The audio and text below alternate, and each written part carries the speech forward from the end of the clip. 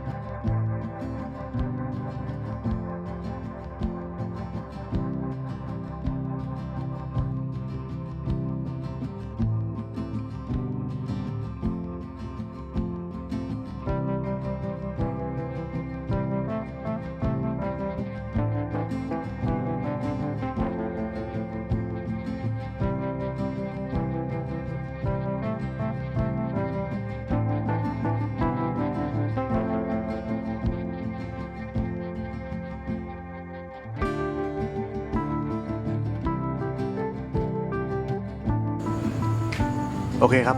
วันนี้ก็มืดเลยนะวันนี้ได้ทำการใส่หลังคาแล้วนะในตัวแคมเปอร์ทักหรือว่ารถบ้านหรือรถนอนของเราเนี่ยครับใส่หลังคาไปแล้วนี่แล้วก็อัดซิลิโคนเข้าไปนะครับกันน้ำนะก็ยัดไปให้เยอะที่สุดนะครับผมเผื่อว่ามันจะมีปัญหาในอนาคตเนาะ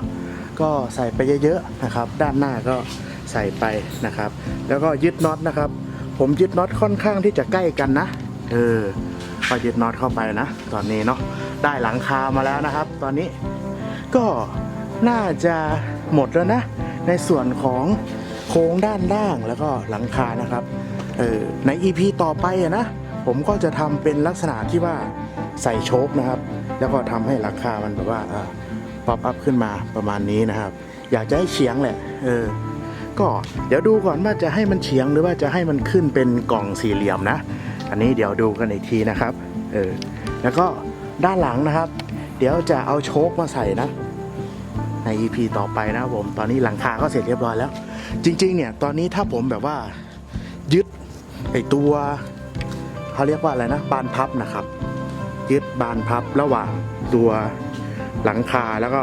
ตัวด้านล่างเนี่ยก็ไปได้เลยนะจริงๆแล้วก็ไม่ต้องแบบว่าไปถึงก็ไม่ต้องยกอะไรเงี้ยนั่งเล่นแค่ในห้องด้านล่างอะไรเงี้ยเนาะเอาละวันนี้ก็ดึกดื่นแล้วครับมืดแล้วเดี๋ยวขอตัวนะครับในวันนี้เนาะเดี๋ยว EP หน้าฝากติดตามด้วยนะครับผมจะอัปเดตอะไรบ้างนะก็ทำเองคนเดียวเวลาว่างนะครับผมในวันนี้นะแล้วก็วันนี้ช่างไม่น่าจะเข้าแล้วนะครับก็น่าจะเป็นผมโซโล่เดี่ยวคนเดียวแล้วครับทีนี้